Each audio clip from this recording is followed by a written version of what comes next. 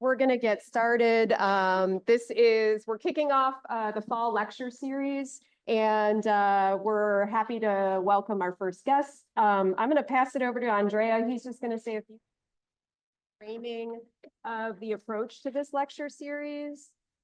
Yeah. All right. So good afternoon, everyone. Are we streaming? Yeah. So maybe I have to.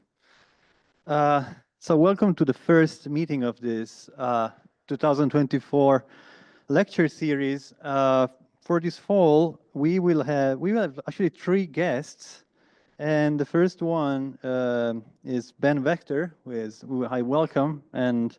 But before presenting him and introducing him, I would like to spend some word about this lecture series. I mean, the theme of this lecture series, because together with Amy Rekic, we have proposed a theme, which means that we have invited these 3 guests to share their, let's say, experience of designers, and also to think about, try to project their experience into the overarching theme of shelter. Basically, shelter is a concept that brings us back to the fundamentals. As designer, we are constantly challenged with the fact of redefining what the act of building is, right? Regardless from the technologies, regardless from artificial intelligence, stupid intelligence, whatever you want, we as designer are in charge of this particular thing. Therefore, I mean, I will not read the blurb that we have shared and published on the poster that you can find hung everywhere, spread everywhere. But basically, this is, let's say, what we would like to address with this lecture series and what we would like to discuss with our guests at the end of their presentations, because there will be time for everyone to make questions and ask our guests about their experience, and also share your thoughts and remarks about this, the topics and the things that will be discussed.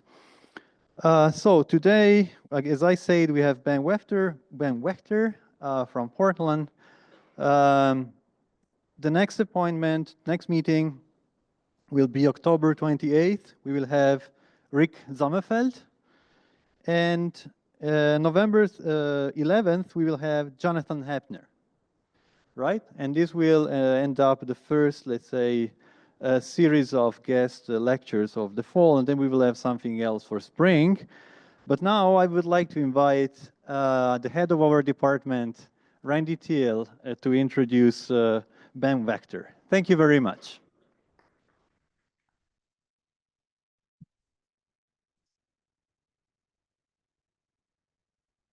All right, thanks everybody for coming today, especially Ben. Interestingly, we went and visited Ben's office last spring with the design build crew, and there was a certain, I don't know, a few years ago, there was a sort of wave of people that came sort of from other places to Portland and sort of changed a lot of the architectural culture. In my mind, Ben was one of those people, and I was like, Ben's doing great work, it's great to visit him. So we're sitting in his office, and it turns out, I'm like, where are you from? And he's like, Eugene. And I'm like, I'm from Eugene. And then, where'd you go to high school? Turns out we went to rival high schools. Turns out we played football against each other. They won 3-0 in a barn burner. And then it goes on that Ben was a architecture student while I was a psychology student. Turns out his parents are psychologists. My mom is a psychologist. My parents go, oh, the Waechters. Sure, we know the Waechters. Anyway, so there's this crazy sort of his daughter's name is Zoe, my daughter's name is Zoe. So we have a strange web of sort of as if we know each other, but we don't know each other. Anyways, it's been great to get to know Ben a little bit. And another one I just figured out is you were doing the Seattle Art Museum at Allied Works, and we took a group of students to Allied Works, and they talked about the Seattle Art Museum with us while it was under development. It wasn't you, but anyway. So Ben's work, I think, is really outstanding. One of the things that, he's had an interesting experience. So graduated from University of Oregon. He worked for Renzo Piano for many years in Genoa. and also then worked at Allied Works in Portland before starting his own office. Now, I think one of the things that is striking about his work, which you'll see in a little bit, and I won't say a ton about it because we have the man here to talk about it himself, but Rem Koolhaas has this notion of bigness, right? Where he says that beyond a certain scale, architecture can't be controlled by a single gesture. Well, I think one of the things you see in Ben's work is like architecture is controlled by a single gesture. And it's a really, really precise gesture. And again, I'm not trying to oversimplify the work, but there's a certain clarity and precision about the diagram. And in fact, on their website, with every project that comes up, it says, "We have a passion for clarity." And again, you'll know exactly what that means as soon as you start to see the work. And I think I was thinking about the work too that's sort of fascinating. There was an old story about like Tom Main and Richard Meyer, Peter Eisenman, all these architects of a certain era that sort of started off doing houses. And there was a comment once made is like, they sort of had some trouble shifting scales when they started to get work that was bigger than houses. And so you got these kind of residentially sort of things that were sort of awkward in between as they were learning how to do other things. And I think interestingly enough, this is a hunch, but I think you started not doing houses. Is that true? That you're doing like Seattle Art Museum, you're doing these Renzo Pienza things? Right. Okay. So I mean, again, just for what it's worth, it's a little bit like Ben learned how to work at a certain scale and then has brought it down because he's working on the California Institute of Sciences with Renzo Piano. I'm missing the name completely. Academy.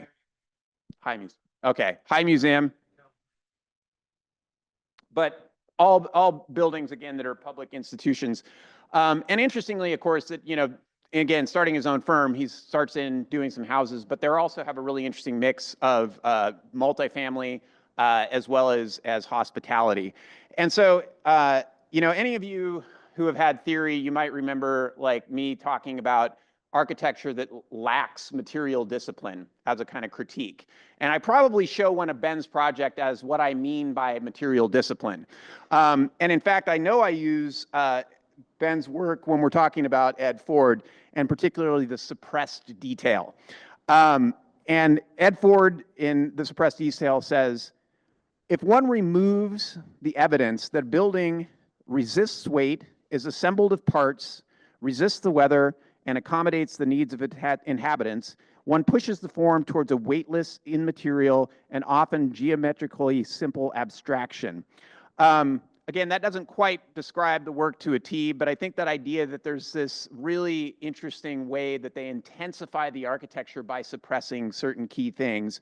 And so again, as somebody who, again, professes the idea of this passion for clarity, and again, follows through with that passion for clarity in really making powerful, unique architecture, I'm pretty excited to have Ben here to talk about it and tell us about it. So Ben, thanks for coming and welcome.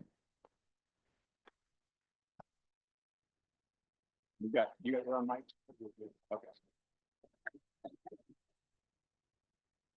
Can everybody hear me? Okay, does this work? Randy, thank you so much for that great introduction. I love that.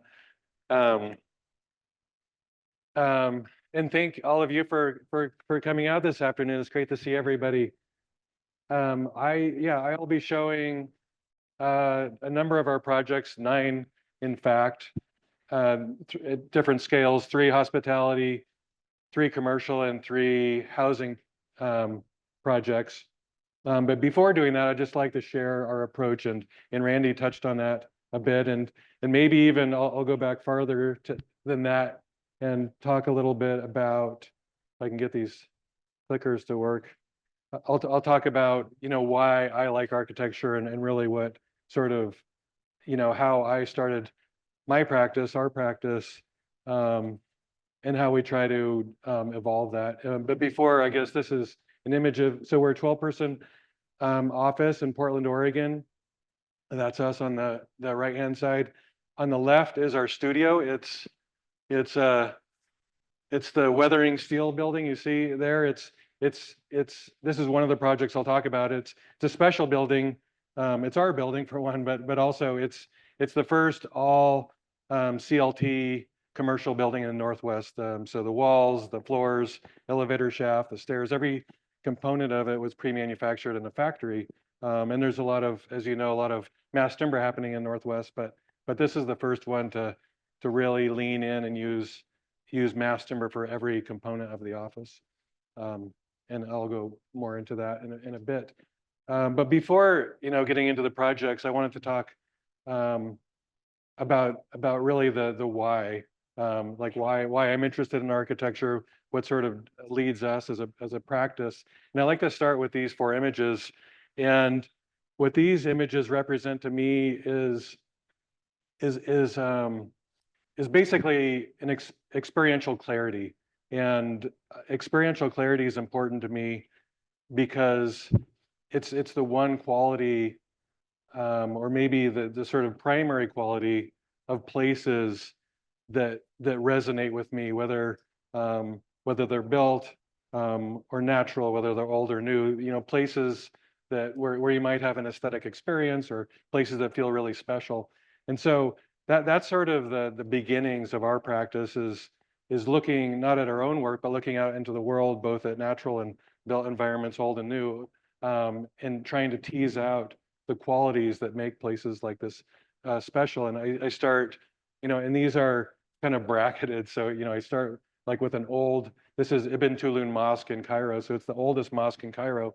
And I use this example because it's old, for one, but also it has a very clear experiential clarity. And what I mean by that is, the building itself has a clear geometry, but the experience of it, and that's what I'm really after, the experience of visiting it is very legible. So you walk through the sort of chaos and density of the streets of Cairo, and you arrive at this clearing, or this, the courtyard of the mosque. And it's that type of spatial or experiential clarity that I, for our work, is really at the root of what's important. And then I use New York City just as a counterpoint, as a new city, or at least newer city, and how the grid of Manhattan and the East River and the Hudson, how they define the city as a thing in a way. You can point at it. I mean, it's made up of thousands of different buildings that, none of them are the same, but because of the grid and because of the rivers, they group together as an organism, and it has a strong identity. So again, getting back to this idea that an organizational strategy produces a strong identity. And then this is Switzerland, so Vrin, Switzerland, as a different example of how this clarity, and how really kind of a pragmatic clarity. It's steep terrain, trying to preserve as much farmland as possible. The houses and buildings are grouped together tightly enough that they, from an experiential point of view, become, even though they're made up of 50 different buildings, they group together as a singular organism. So when you're in the town and when you're out of the town, and because of that, it has a strong identity. And then lastly, of course, this quality of experiential clarity exists in nature, and this is Central Oregon, just a meadow in Central Oregon, and how in nature presents all types of these examples of clarity. And I like meadows because they're very simple. The parts are really simple. It's the meadow floor, it's the trees that line the meadow. So every tree is unique, but they're similar enough that they group together as a singular thing. You can point to it as it has an identity. The meadow floor has an identity, and then the sky. And to me, that sort of legibility is really what makes places like this special. And so we, as a practice, we work on our projects, but we have our meta project, which I call our clarity project, which is really just an exercise in trying to tease out, first, what makes these places out there in the world, whether they're, built or natural, what makes them have that special quality. And then secondly, how can we, what are the tools that we can develop to introduce into our own work, so that we can kind of work towards this idea, we can try to weave that quality into our own work, basically. And and it's sort of an evolving thing, and there's in the toolkit kind of it keeps getting bigger. But I would say that fundamentally there's sort of three principal techniques that we think about or utilize. And the first one is what I call an organizational strategy, and I guess in school we might call it the concept.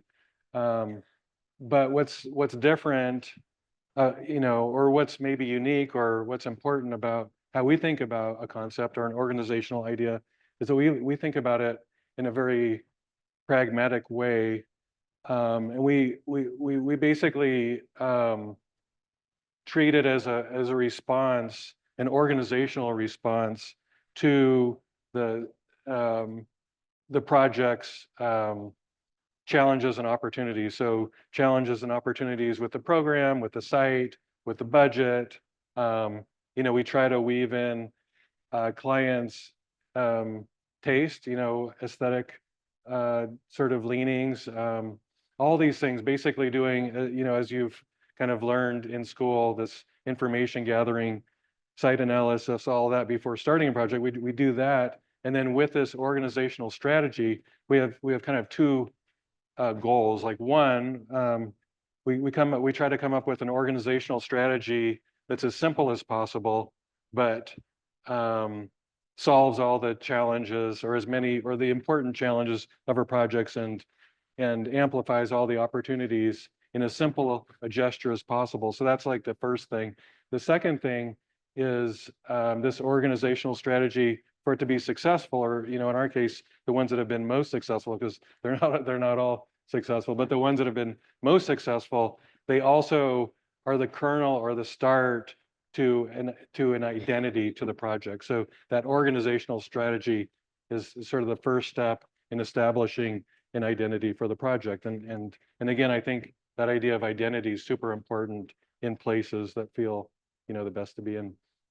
The sort of second strategy or pillar I call maybe a spatial composition, spatial order, legibility, or clarity. And these are examples of cast concrete figure ground models, three-dimensional models that show the open spaces as open, and then the support spaces or closed spaces, not necessarily support, but the closed spaces as solid, and how instead of taking the support spaces and pushing it to the back of the building, really bringing them forward and using them to define open space and how they can work symbiotically. And then, later in our sort of toolkit of strategies, it's like mechanical integrations important to us. So that's not shoehorned in later. And so we use this, we run mechanical ducts and lines basically through the poché space. So we use this sort of thinking carved out or masses that complement the open space to run mechanical equipment. And then thirdly, like the third strategy or pillar is composition. And I think these models here are three-dimensional compositional models, but thinking of elevations and thinking of plans and what I mean by a strong composition or one with strong clarity is basically if working on a floor plan and taking away and taking away and taking away until you really can't take anything away without it breaking, and simultaneously it's hard to imagine what you could add to improve it, and that that's a hard place to get to, but using that as like a goal, and it's not necessarily important to reach the goal, but going in that direction to have a strong floor plan. Similarly with the elevations, and we use different elevation strategies, which I won't get into today, but really using composition and clear composition as one of these three pillars. So organizational strategy, the sort of three-dimensional spatial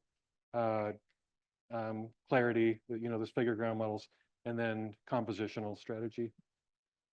Here are the models. And I think the other kind of important piece to what we're trying to do is, has to do with site specificity. So we definitely you know, we're very interested in building buildings that are rooted in their context and using local materials as much as possible, relating uh, um, to the scale of the street or the context that we're building.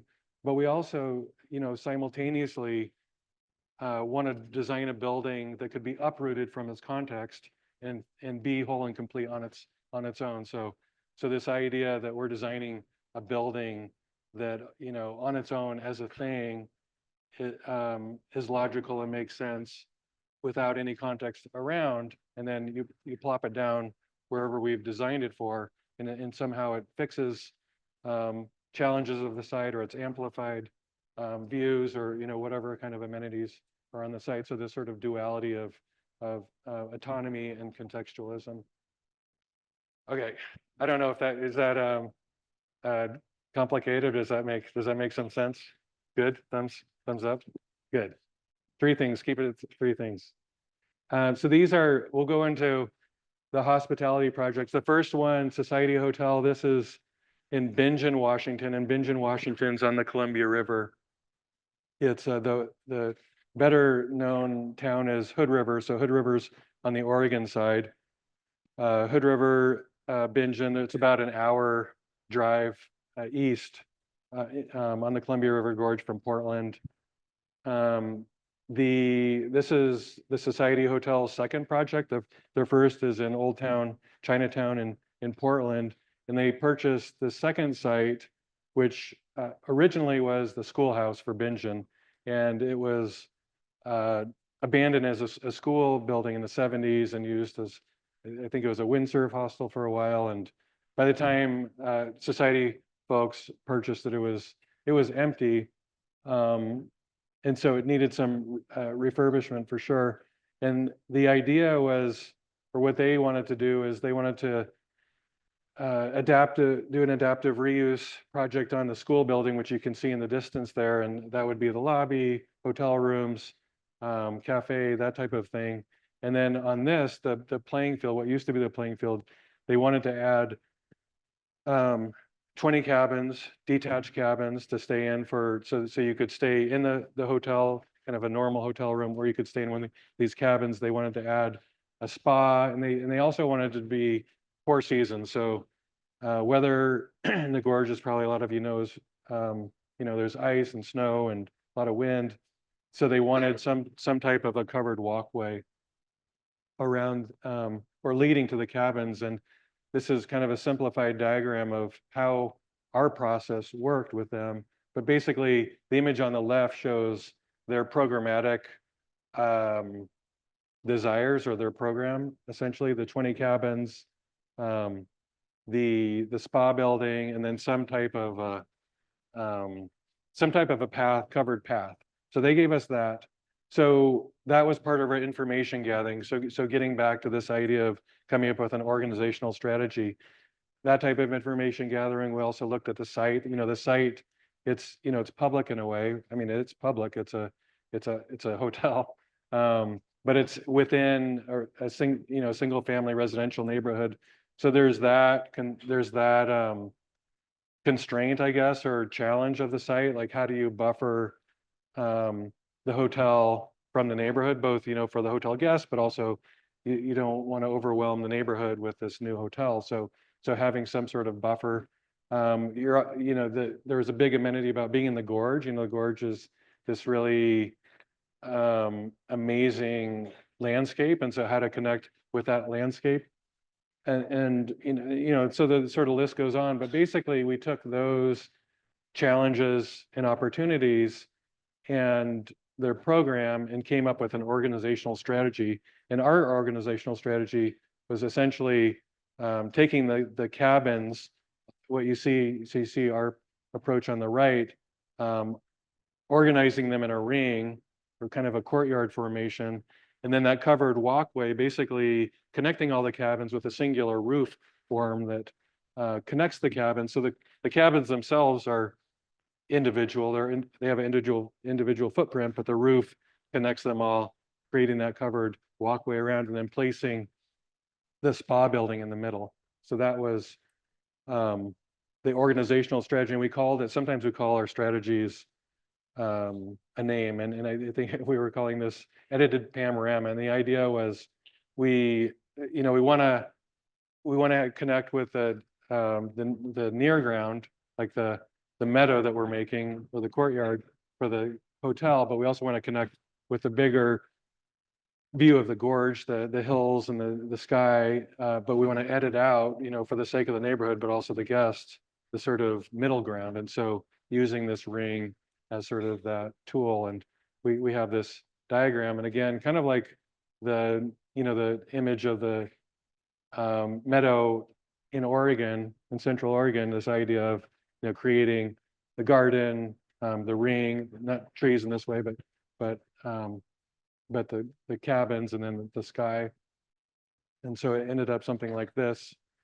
This is a view looking down at the cabin. So the roof pitches towards the meadow, and there's no gutters. So essentially the water or snow runs off into a rain garden that circumscribes the meadow area with you can see the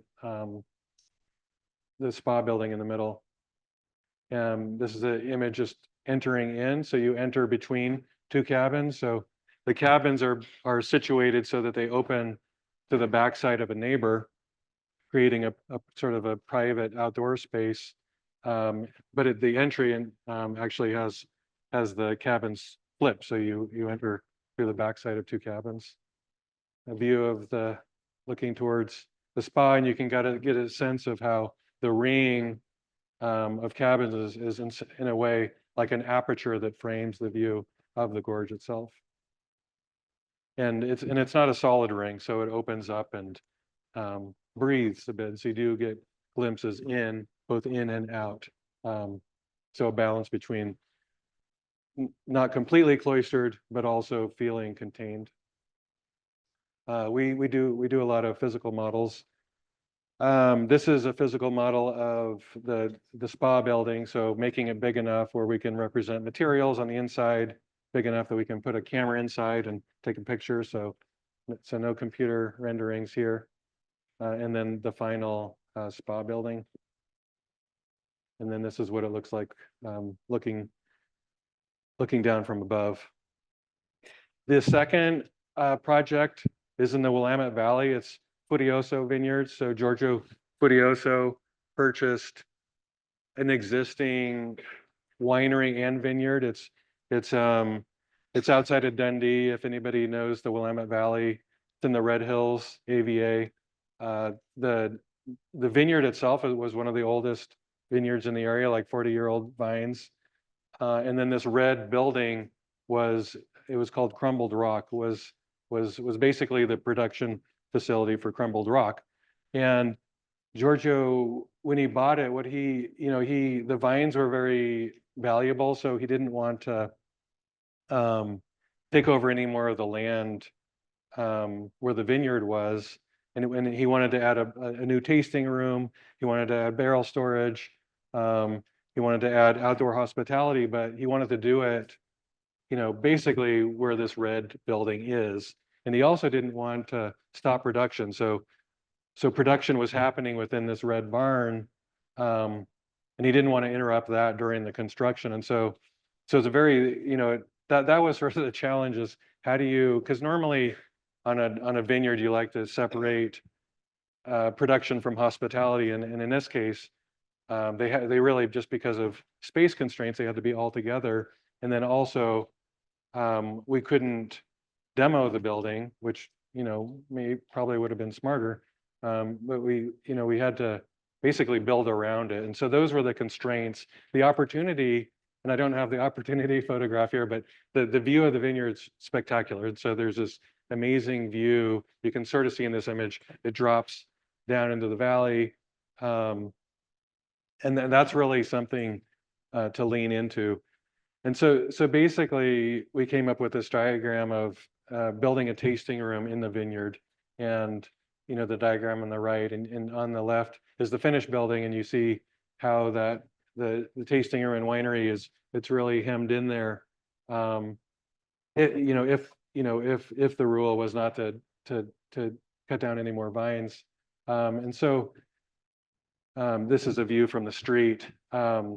This view is sort of important. I mean, it's a iconic facade, which is important for the branding of the company.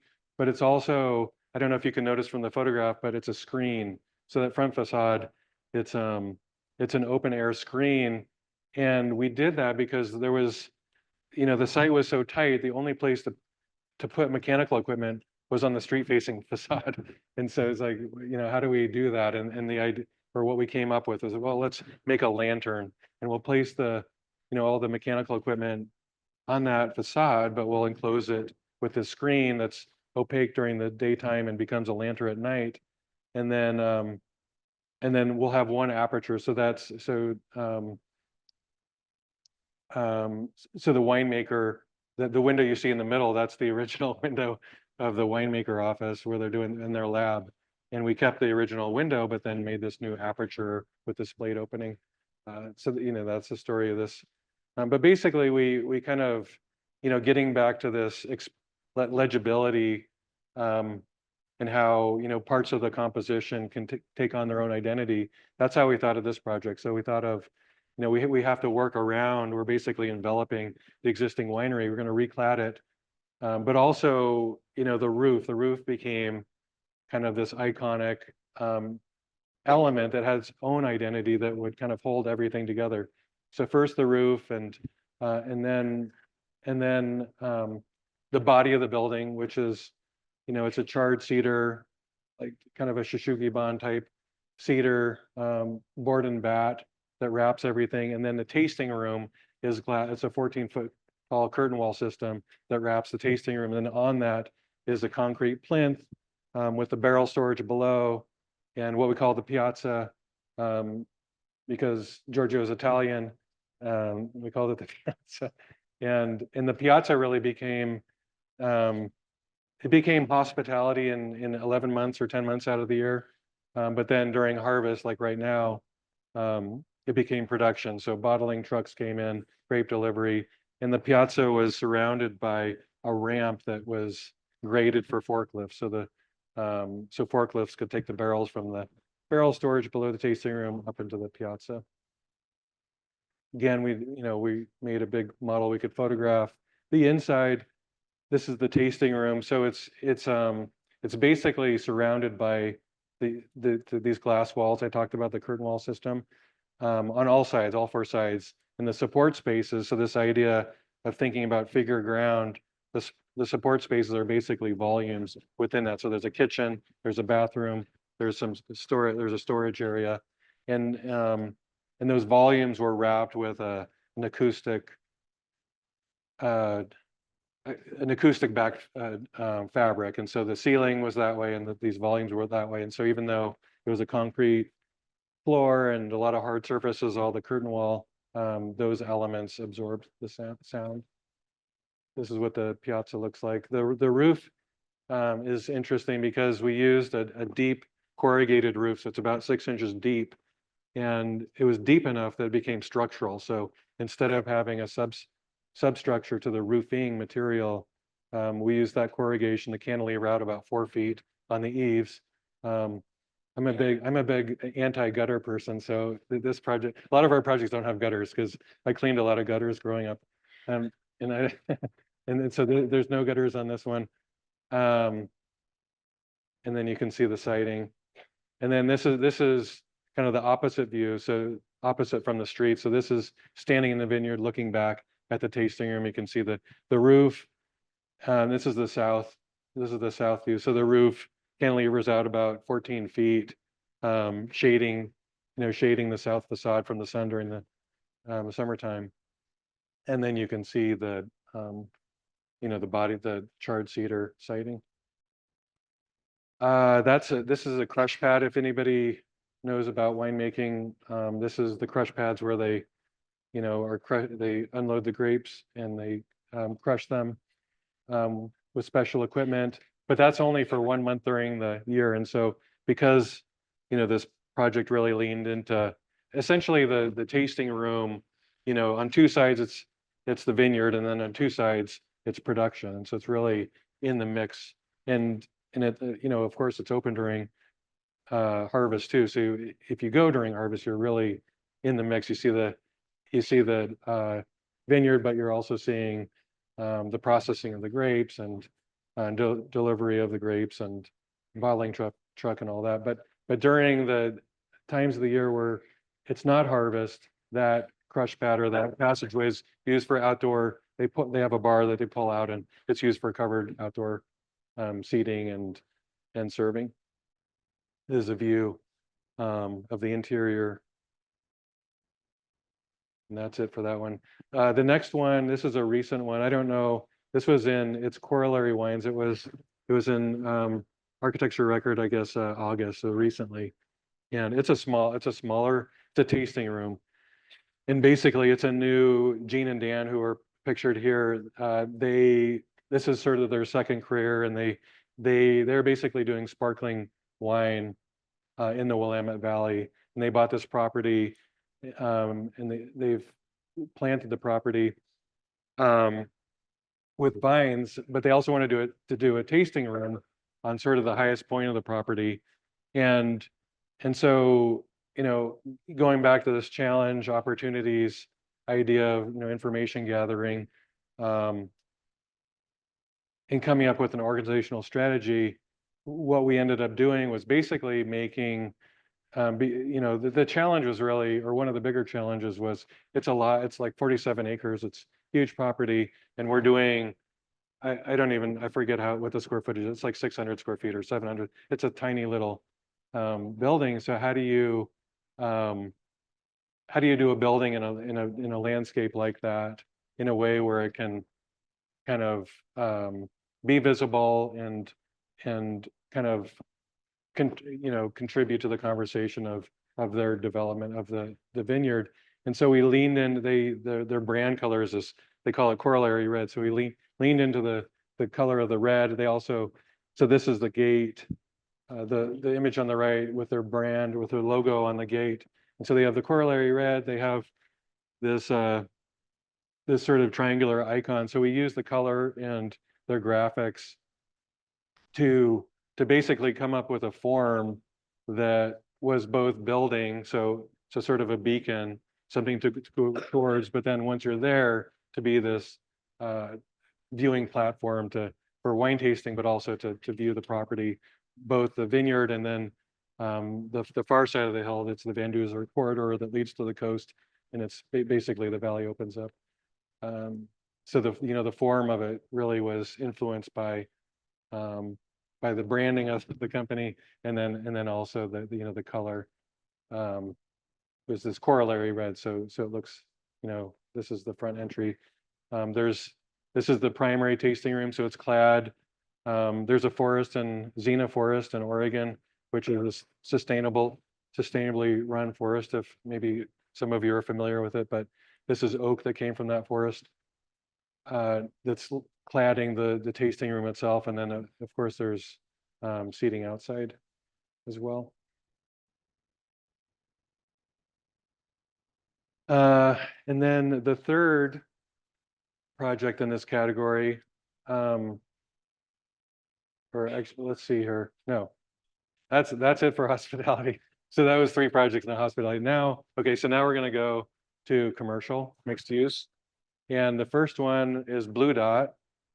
So Blue Dot's does anybody know Blue Dot Furniture? It's a modern furniture company. They originate from Minneapolis, but they have maybe 10 stores across the United States. And they came to us wanting to open up a store in Portland. So this is in the Pearl District. It's on Northwest 13th, which is the historic street in the Pearl District.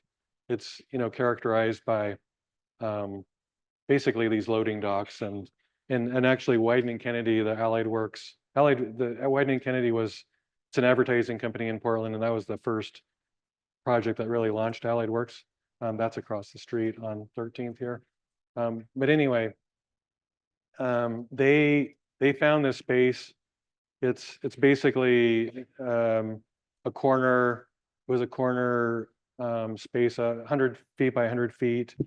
It was an office space before and looked like this. So it kind of looked like a mess, honestly. But when we spent more time inside the room, this large room, we quickly understood that there was a lot of beauty with the heavy timber structure and grid. So these are big, 1 by 1 old growth columns, like 2 by 6 on edge floor decking, big beams. And so the idea, like our organizational strategy for the interior was well, first, I mean, we had to clear it out anyway, but after clearing it out, trying to amplify the experience of being in this grid of columns. And so we came up with this strategy of basically doing a ribbon around the perimeter that would hold all of the support spaces. So office space, bathroom, storage. We also used it to run mechanical. So we didn't want to run any mechanical within the space to kind of disrupt the purity and beauty of the grid. So we used this ribbon that circumnavigated around the perimeter. And we did it, we purposefully curved it. So it was a complement to the kind of rigor of the rectilinearness of the grid. And we also didn't engage any of the columns. So we decoupled them. So there was really two things from an experiential point of view. You enter the space and there's the kind of historic room, if you want to call it that, the old room, but then there's the new intervention, and they both, they're both working together, but they both have their independent identity and are, complementing each other. And so that we had this diagram. The space looks something like this. So you enter in, and it's sort of a whitewashed wood bat system that creates the ribbon, and there's niches built into the ribbon. I don't know if I have a photograph of it here, but I mentioned the forced air system. The ducts run around the perimeter, and instead of having the kind of ugly grill that you might see, it's basically just reveals in between the battens. So it's all integrated. So the ribbon is spatial, but it's also, getting back to those figure ground models, integrating the mechanical system within the body of the intervention. And then the outside, kind of a similar, well, not similar, but well, yeah, similar in the sense that, on first, and I had been by this building a million times, living in Portland, and I never really, I never really thought of it as a beautiful building. But, when we got the project, we looked at it closer. It's like, this is a really beautiful building. But it didn't look beautiful because on the loading dock, there was this mismatch of doors and windows and roll-up doors. And it was, there was this header, and it really interrupted the appreciation of the kind of the purity of the grid of the facade. But we also quickly saw that was in a really limited area. And so our idea for the exterior was to do this precise intervention where we refurbish and repaint, tuck the brick, and restore the building itself, the body of the building itself, but where there's this sort of clunky mishmash of openings, that's where the intervention is. So we put in new storefront, we put in a new canopy. This is what the building looked like before starting. So this is, what I drove by 1,000 times. And then this is what it looked like afterwards. So basically, restoring the building itself in general, but then where there was the mismatch of windows and doors, putting new storefront there. It's also the new entry for the building itself, the elevator, and then adding this new canopy. The canopy's interesting. We're in a historic district, so we had to go through historic review, and it's unlike the other canopies are on the street are very expressive at the structure and the structure below in a kind of a normal way, but Blue Dot, being a modern furniture store, wanted to do something more iconic or more in keeping with their brand. And so we essentially put the structure on top, this is maybe like a Renzo piano move too, and then did aluminum, kind of a painted aluminum panel below that's supported from above, and it looks something like that. So, yeah, and there's White and Kennedy on the right. The next project here is Milwaukee Way, and Milwaukee Way was part of a bigger project. We also did this row house, 20 row houses in the foreground, but what I'll talk about today is basically a mixed use office and retail building that's adjacent. It's on the corner block, 100 by 100, and there's an existing Spanish colonial revival building that exists that was there. You can sort of see a sliver of it, stucco building, a pretty building, and but the owners wanted to. The existing building was already a restaurant on the ground floor, an office space above, and they wanted to. They had wild ideas of adding, like tripling the amount the leasable amount of square feet on the site, and so that was really the challenge. Like, how do you add that that many square feet to this existing site?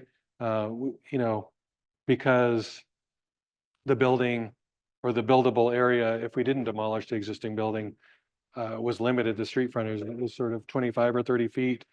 How do we add that street frontage? So our strategy was essentially to build a pedestrian or add new buildings in a way that would create a pedestrian alleyway between the new building and the existing building.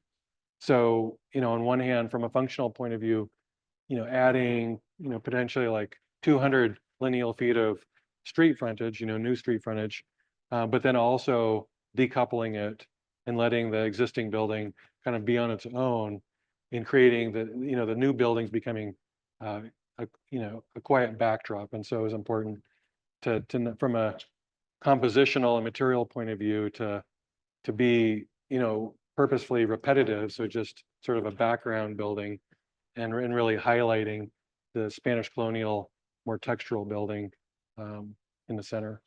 So the alleyway floor plan works something like that, and you can see image of the alleyway. It's small detail. This was a cost effective. A lot of our projects are cost effective, but this is a cost effective project, and we used corrugated metal. So corrugated metal, probably the least expensive, certainly the least expensive metal cladding, and I think I like to say that corrugated metal, like a piece of corrugated metal, is really beautiful. But normally when you look at it in a building, it's ugly, and it's like, why is it ugly? And it's not the panel, it's the trim, and so the trim makes it clunky, and so the goal or the strategy in this building was, well, let's get rid of as much trim as possible for starters, and so the corners don't have any trim. We just wrapped the corrugated metal around the corner, so no trim, and then where we did need it, around the windows, that we just took special care to detail that in a nice way. So that was the idea with that building. Some of the interior spaces. So again, there's one of these figure ground models. So placing all the bathroom, stairs, mechanical stuff in the center to free up the retail spaces and office spaces on the edge. Okay. And then Mississippi. So this is how we're doing on time here. Mississippi. So this is our office building, and this one. So I have a few more slides of this one because it's our own building. We're the architects on it. We're also the developers, and we also built it ourselves. So not recommended, but that's what we did, and so we know a lot about it. And it's also, as I mentioned, it's special because it's the first all mass timber commercial building, at least in the Northwest. The idea with it, the idea was really driven by material and thinking about building with mass timber, and I like mass timber. We like mass timber because it brings with it, if you build entirely with it, it can bring a material like a constructional clarity. So, like, these days with code requirements and water infiltration, insulation, wall assemblies just get really complicated, 20 different layers. And with what I see as the potential of all mass timber is that wall assemblies can, go back to a primitive, they can both be modern and uh, um, technical, like in a sense. I mean, they can be seismically designed. They can be from an energy. They can be robust from an energy perspective, but they also have this quality of being primitive, like older buildings, used to be. Like, so the idea with this is, building out a mass timber. It's technical, but then also it has this potential to be a building that this visceral, like a stone building or a log cabin, or older buildings that are more direct, or more simple or more primitive in how they're constructed. And so the idea was building out of all mass timber, which is beautiful for these reasons I described, but it's also not very flexible. So that's sort of its challenge.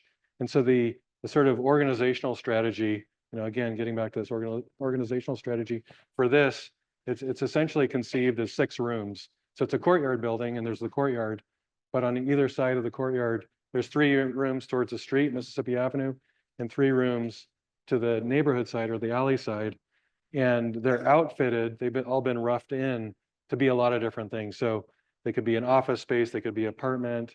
Right now, we have a coffee shop on the ground floor and office space on the second floor, and I have an apartment on the 3rd floor. But the idea is it can be mixed and matched. And so we came up with this diagram. The one circled is how it works right now with coffee shop, and we kind of have a workshop in the back space, an office on the second, and a residential above. But the whole thing could be office, or it could be 6 different offices, or it could be 4 apartments above and office below. And the idea is to future-proof it in a way where you can take advantage of the materiality and qualities of the mass timber, but address the sort of inflexibility of it. So that's the idea of the building.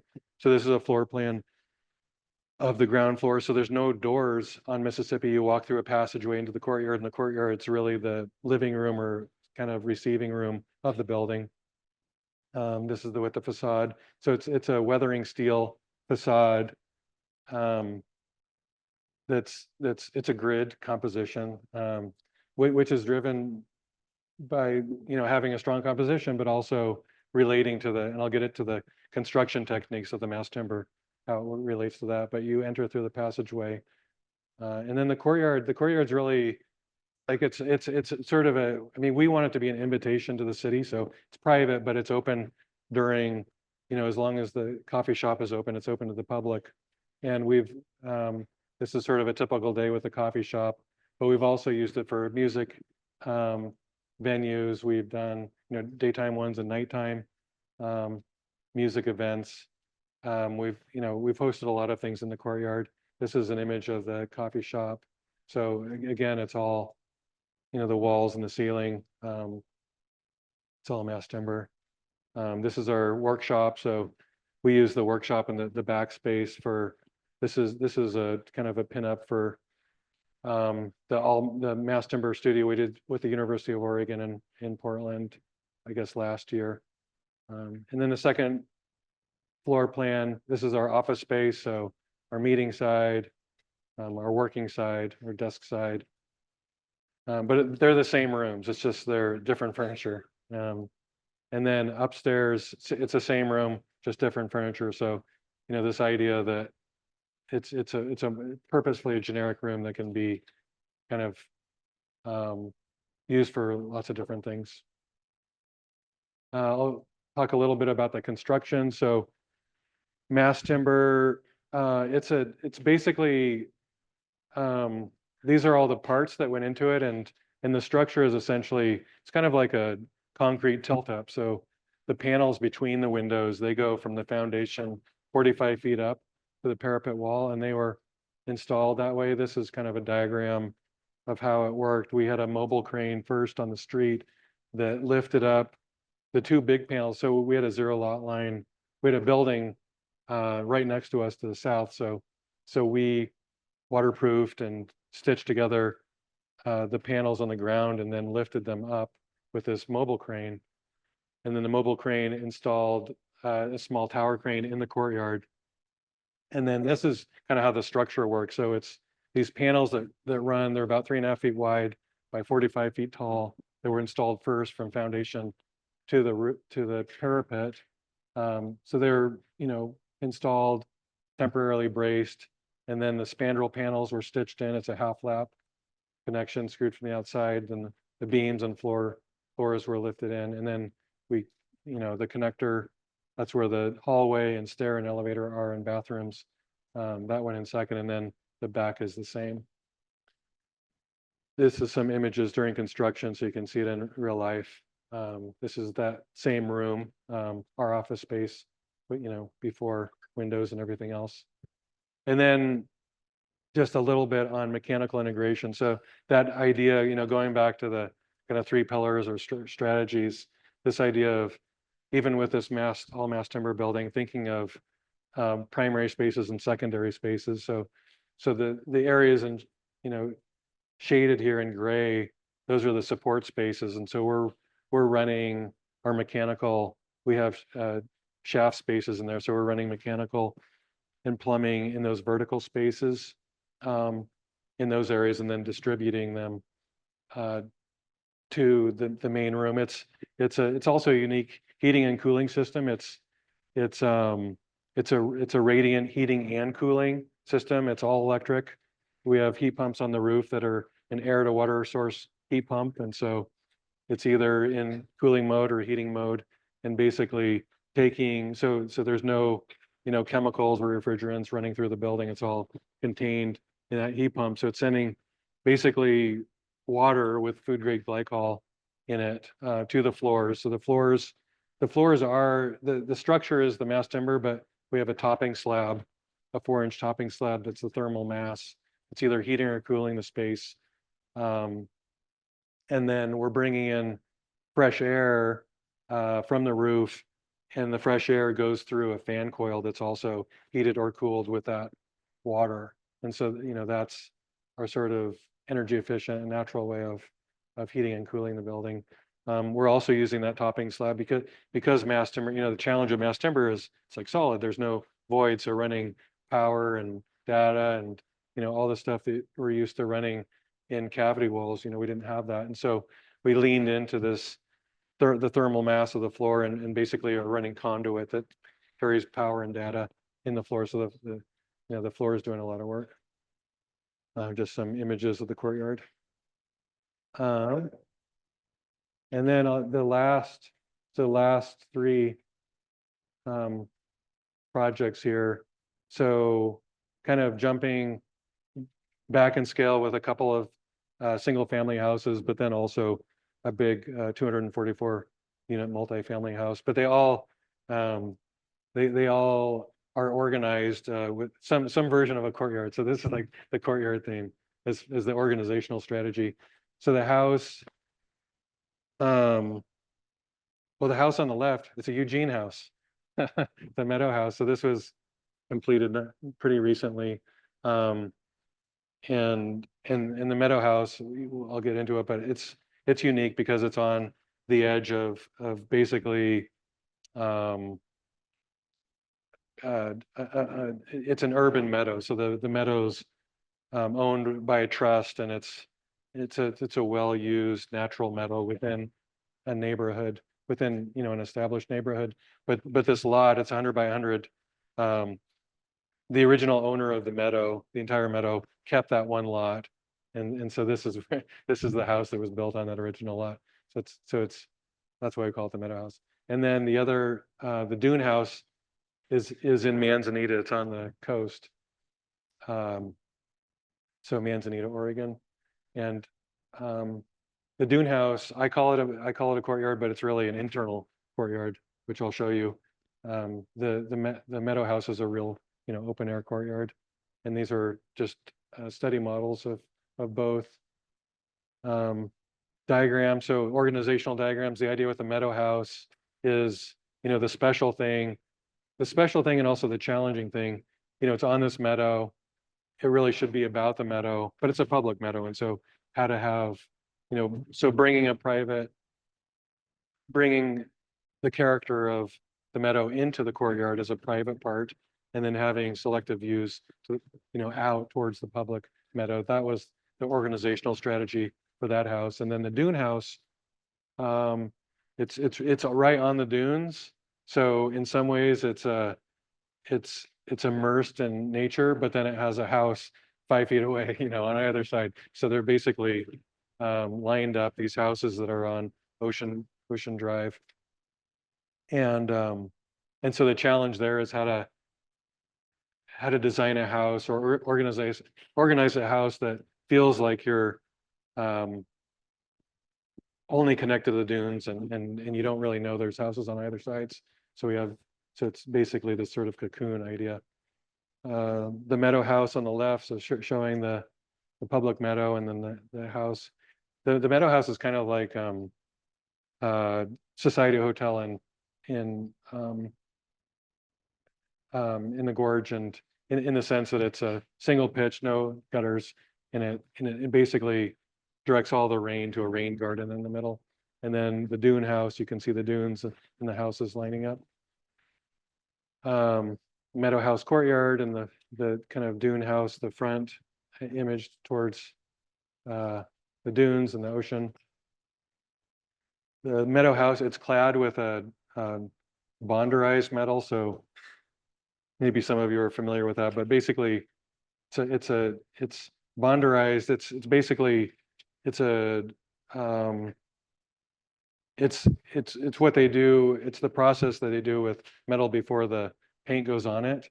And we used it on this because it does protect the steel, but it also patinas over time, so it's not the shiny metal look. It gets softer over time. Going to the entry. And then here's this rain garden. So when it's raining, the rain spills into the rain garden. And then there's covered outdoor areas that are part of this courtyard. Kitchen. And then the dune house. So the dune house is, it's also organized in this way, but instead of it being an open air courtyard, it's really the dining room becomes this hub in the middle of the room, and it's lit from the top. It has kind of a chimney in a way. It has a motor operated window that's on the leeward side, so it gets negative. When you get the west wind off of the beach, there's no air conditioning in the house, so you get the west wind, and it basically sucks the air out of the house with sort of this chimney effect. And then the idea, there's the dining room in the middle, and then a sitting room that faces the dunes and the ocean, and then 2 entries, and then the kitchen. So the kitchen looks like this. So you have the long view towards the dunes and the short view towards the private kind of garden towards the front. And then the bedroom has this panoramic view towards the dunes. And then the sitting space, living space looks something like that, with one piece of glass. And then everything's been organized in a way, so it's like that. So you think it's like a trick. You think you're in the middle of this private dune area, but you have houses on either side. And then one of the side entrances. So these are kind of loggias or protected side entrance areas. And the detailing. So it's the traditional cedar shingles that you would see on the beach, just left to go silver and natural. And we didn't add any gutters or anything. It just kind of folds down from the roof to the siding to the walls. View at nighttime. Yeah. And then this is the last project. Hope this isn't going too long for ours people energy. Still okay? Good. Okay. So jumping out in scale. So Rockwood Village, it's scale and affordability. So the dune house, as you saw, was clad entirely with oak. Nicest Raynar's windows, really good materials. This one it's an affordable housing project in Gresham, Oregon, or Rockwood within Gresham, and it's this is what it looks like, the finished product. It's basically the primary areas for buildings that form an interior courtyard. It's maybe much larger than a courtyard. It's more of a park in a way. It's privately owned but publicly accessible, the park. And this is an image of what it looked like before we started the project. So it's the developers, affordable housing developers we were working with, were in contract on this property, and the property had some challenges. One of the challenges was it had an open space overlay on it, which in Gresham and Rockwood meant that you couldn't add any housing. So that was sort of a big problem, that it had this open space overlay. And the intent of the open space overlay, of course, is to provide open space for people to use. But the problem here is that the site was basically landlocked by private property around the site. So there was this field, but nobody could get to it. Nobody ever was able to get to it. And so we basically developed a narrative or an organizational strategy or a story with the city of Gresham. And basically the story is and again, you can use your organizational strategy as a story to kind of talk with clients and bring along stakeholders. But the story here was like, let's make a park, let's make a publicly accessible park. And so the organizational strategy was really taking the 250 or so units that the developer really needed to make their pro forma work. But instead of doing what you would typically see in Gresham, the image on the right, these detached buildings with parking lot moats, do something like what's on the left. So take all the units, push them as far to the perimeter as possible. We put the parking on the very outside, and we did that to make it pedestrian safe and oriented in the interior, but we also did it to buffer, to get the buildings, create some sort of buffer between adjacent properties and the buildings, because these are pretty big 4-story buildings. But basically parking on the perimeter, push the buildings out as far as possible, make them as skinny as possible, and then make that park. That's what we always said. It's like, we're not designing buildings, we're designing a park. Make the park as big as possible. 185th did not go through this property. It's a 5.5 acre property. And so we extended 185th. So that's what you see going north and south. So that was access to the property, was also public access. And that was really the story. So it was the organizational strategy, in this case, helped us with a bunch of different stakeholders that had all types of different agendas. And part of that story was that we weren't the first open space in the area. There was Vance Park, which is a natural park to the south. Rockwood Rising, which is it's connected to the MAC, so it's more of a plaza, like an urban plaza, a mixed use development that's connected with mass transit. And then in the center was this open space overlay that you couldn't walk through or bike through. It was just closed. And so the idea with this project was it's about the specific site itself, but it's also this urban move, basically linking the two existing open spaces with its third, making this necklace and making it really easy to come, back and forth.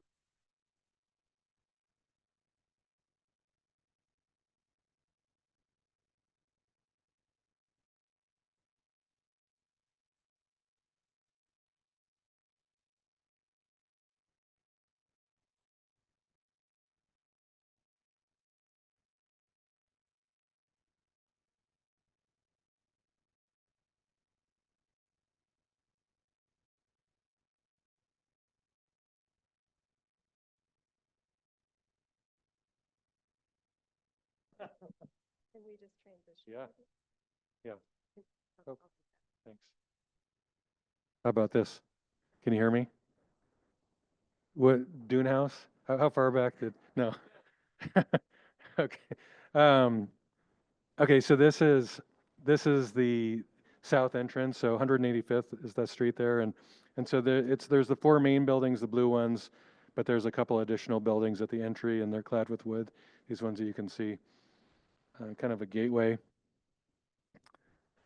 Some images within it, so it's a mixture of it's family oriented, so a lot of these affordable housing developments, they tend to be 1 bedroom or 2 bedroom. This one has 4 bedrooms, so it's a mixture of 4 bedrooms, 2 bedrooms, 3 bedrooms. No studios. There's a few 1 bedrooms. Some more images, and I think it's almost done here. But since you're architecture students and architects, like one thing it's a small thing, and I usually don't talk about it with this project, but from a design point of view, I find really interesting, and that is the siding or the cladding. So it's cost effective, and meaning, we're using the most cost effective materials, but also cost effective strategies like sidewall venting. So instead of spending more money to vent bathrooms and kitchen hoods through the roof, we were kind of required to side vent. And so we had that kind of challenge. We also had the challenge of these long facades that were uninterrupted, and the city saw that as a problem too. And so we developed this cladding strategy of basically having datum lines. So it's all clad with hardy panels, so kind of the cheapest thing you could clad something with. But then using metal flashing trim details. So at each of the floor levels, it's a 4-inch deep by about 4-inch tall trim that goes around the building, and that's creating some shadow relief and texture facade, but it's also concealing all of the sidewall vents, and so all the venting from the units vents behind that. You can't see it, but that's how they're hidden. And then between the panels we have vertical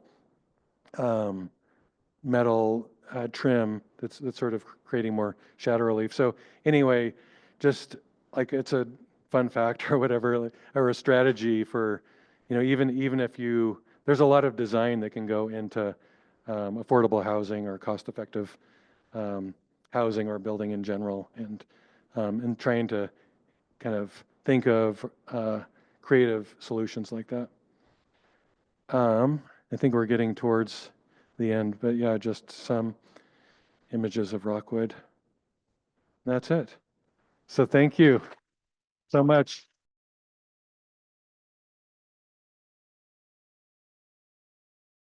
And yeah, happy to answer any questions that people may have. Yes.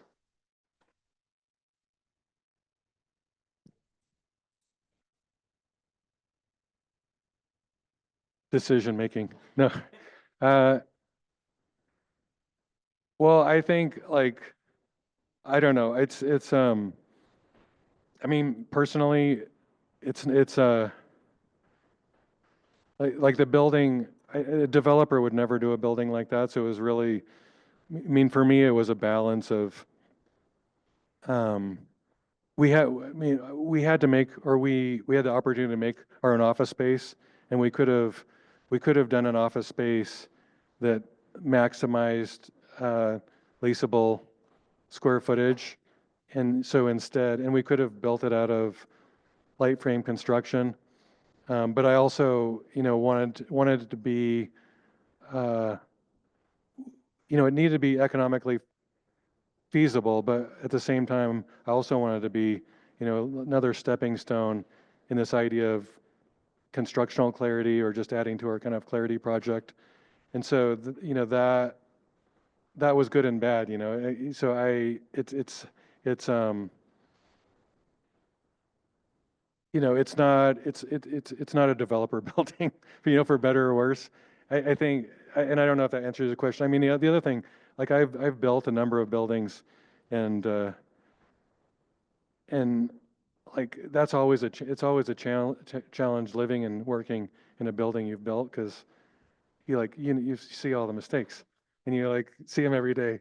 And so you know, I've sort of trained myself, and it wasn't easy at first, but to, when I see stuff like that, I treat it as a learning.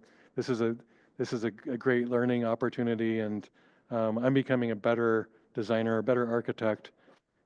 If there were no mistakes, I wouldn't be learning anything, kind of a mentality. Um, so yes. Oh, am I doing this wrong?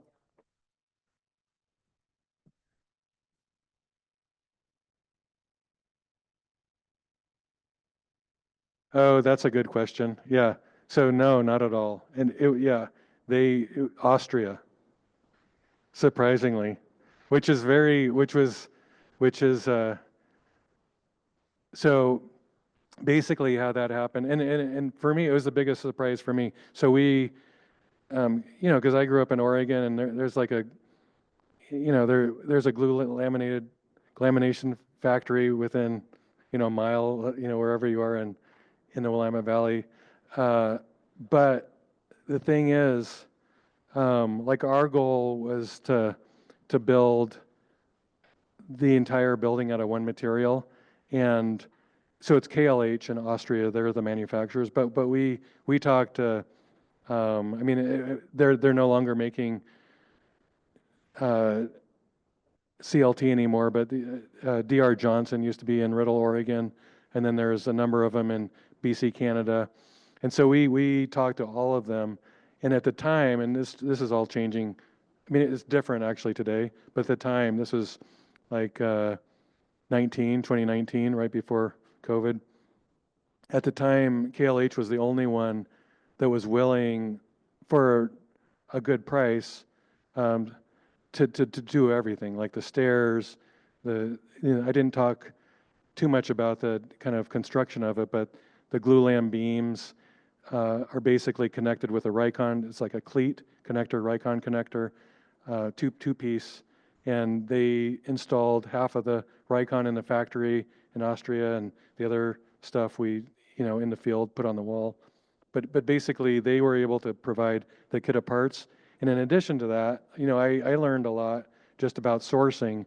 And at the time, and again, it's getting a lot better now, but at the time, it was really hard to know where the wood's coming from. And what I've found from a carbon sequestration point of view, if you're getting wood from a non-sustainably harvested forest, you could be doing more harm than good, even though you're using CLT. And so KLH has been doing it for 30 years, and they have their own forest, and it's all renewable and managed. And so they, because they were the most environmental, because, even with shipping, and, because they're bringing it with boats, even with that, the stewardship, and then the quality, and then the price, like that's what we decided to do. That's why we did it. Yeah. Um, Anybody else?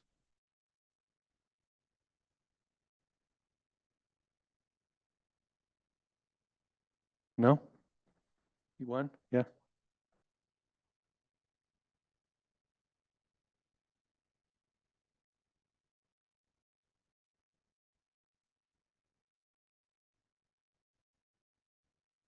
I think like it happened slowly. I think it definitely started during architecture school. I think before architecture school, I wasn't like aware of it. I probably felt it, but wasn't aware of it. And I think I gravitated to architects that had that kind of quality, like Kahn, for example. But it could have been like it. I think maybe the study abroad program. So there was a Italy study abroad program to the University of Oregon, and in that program, and not so much that program, but traveling in Europe and just being open to seeing, because you know, when you're at home, you're like busy and doing your thing. And then I think traveling and also just starting to think about it through architecture school, that's kind of when it started.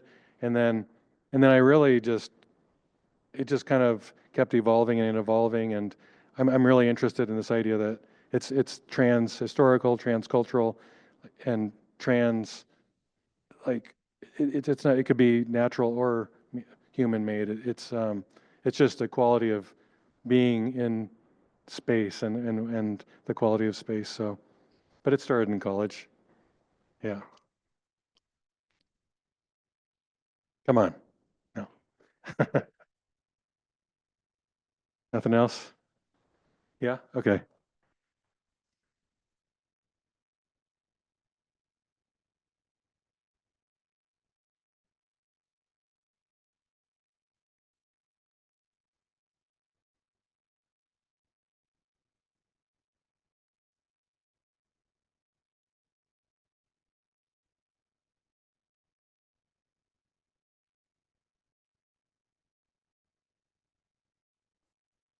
Yeah. Yeah. Well, yeah. And I guess, yeah, two things. So one, and the reason we do that, or I think it's important, like I view our practice as being um, very pragmatic. Like we're really just interested, or I'm interested in, you know, thinking as architecture as vessels. So how, like this room is, it's a container, it's a vessel, and you know the shape of the vessel um, is sort of the first thing. How does that make you feel? You know, is it tall or you know wide and short? And um, you know, like an L-shaped space doesn't feel very good, but a rectangular space feels good. That type of thing, and then layering on top of that material, like what's the vessel made of, or the container made of, and you know, I really, the fewer the materials, the better. Like I feel like, you know, getting back to this idea of identity. You know, if this room were made with one material, if you know if it was made entirely of brick or if it's entirely wood, it would have a stronger character than if it was made of like a handful of materials. And then I think like all the technical stuff kind of takes away from that idea of volume and how it feels to be in space, and then what it's made of. Like, you know, to me, it's like those are the two ingredients. Like, how's it made, or like, what's it made of, and what's the shape of the space, and then I think to really heighten your experience of that, if you can, all the technical requirements, if you can hide that stuff, the better. And so I worked at Renzo Pianos in Genoa, which is amazing, and learned a ton. But I think in Switzerland, the canton of Graubünden, where Zumthor's from, but there's also Berta Plazas, there's Olgiati, there's a bunch of architects there that are definitely doing that, like to a high level. And, you know, I feel like that group of architects, you know, they're pragmatists in a sense, like like construction's really important, and how things are made, and materials, and how it's, you know, put together. Not that it has to be tectonic, you know, not that you're like expressing all the joints and connections and everything, but what it's, you know, what it's made of is super important. And then space, like how does it feel to be in space? How does it feel to be in a vessel or container, or to be on outside of it? And they do a great job of, I mean, there's loads of examples in that area where all the, like the highly technical systems are just disappear, you know. And so anyway, my time at Renzo Pianos, being in the office was amazing, but we took loads of long weekend trips to Switzerland, Graubünden in particular, um, to see all that stuff. Oh, yeah.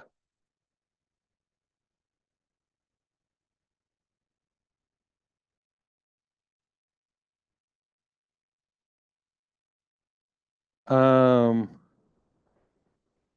yeah, yeah. No, I understand. I think like, I think it's important to just be really open to what resonates with you. And I think somebody and I didn't take this advice, but somebody at the University of Oregon told me, or told us, pick an architect that resonates with you and learn, 5 floor plans of theirs, like commit them to memory.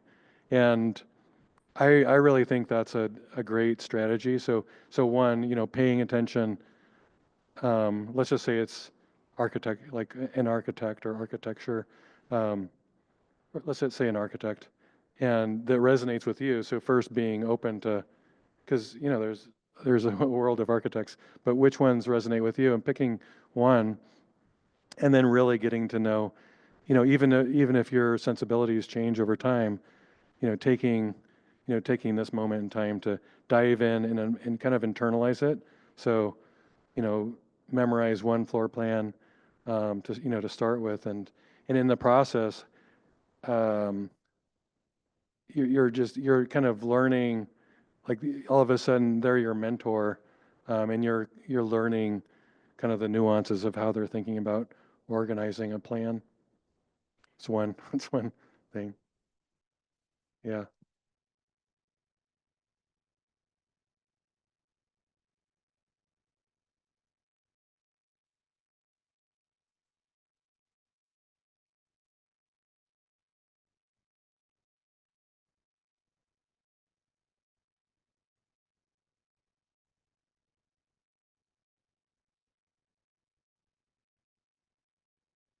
Well, I think it's a goal, and again, getting back to um, this idea of, at least to me, and I mean everybody's different, but like to me, places that feel the best to be in tend to have this experiential legibility. Like in my mind, I can, like, the parts of the whole are clear, and I can kind of, and they might even have a character, and I can kind of understand it. Uh, and so that, like I want, like I or we, want to make architecture like that. So, but it's not, it's work. I mean, so we're working at it, and that's the sort of pillars, like the kind of coming up with an organizational strategy, and then thinking about figure ground and how there's support spaces and open spaces, and then thinking about composition, like how you lay out a floor plan or elevation. That's sort of our technique, and then so we're always working at it. But the idea, again, is like the goal is to make buildings that are really about the material, and then the volume, you know, how they're defining volume for rooms, but also, on the outside, how they're influencing their neighbors, or if it's a courtyard, like the courtyard, that thing, and then identity, like identity being like, um, like it's nice of a, I mean, I like places or buildings that have a strong identity, and to me, they're ones that are like that. Yeah.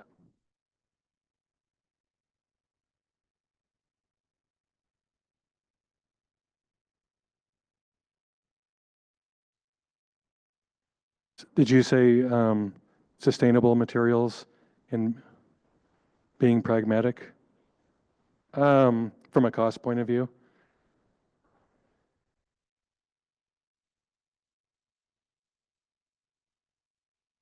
Yeah. Well, yeah, I mean, I think, I mean, there's a lot to that question. One thing, that like Mississippi might be a good example of this. One thing, we can source sustainably harvested or made materials. We can do that. We can make things energy efficient. But if the usefulness of a building is limited, if it's so hyper specific to what somebody's using it for today, and that use runs its course, and it's no longer useful in, 20 years, 30 years, or whatever, and it has to be demolished, that's like the worst. And so I think, um, older buildings, I always go back to older buildings. No, older buildings tended to be, in a good way, more generic, I feel like. And um, so for me personally, I like to keep that in mind. I think it's important in the sustainability question is, buildings, thinking how can you future-proof buildings, and make them flexible over time. I mean, we don't want to make them flexible in a way that they don't have character. And also, you want to build buildings that are robust so they can like last. So I think those are, building out of durable materials, kind of flexible over time. Water, like, in this area, in our area, like weather is like a big deal. So, thinking about enclosure, thinking carefully, enclosure and water infiltration. I don't know, that's some of it, but, and I think like, like a lot of the times, like insulation, this is kind of boring, but like when our clients want to, make their buildings as sustainable as possible. I mean, there's all that sort of fancy stuff like photovoltaics and geothermal and all that, but I always, I always start with the easy stuff, like making I mean, basically, if you can make your building tight, like a cooler, if you can insulate it well and seal it well, like that's the least expensive, biggest impact strategy from a energy point of view. So sometimes we'll take that tack too, and then kind of add things as is affordable.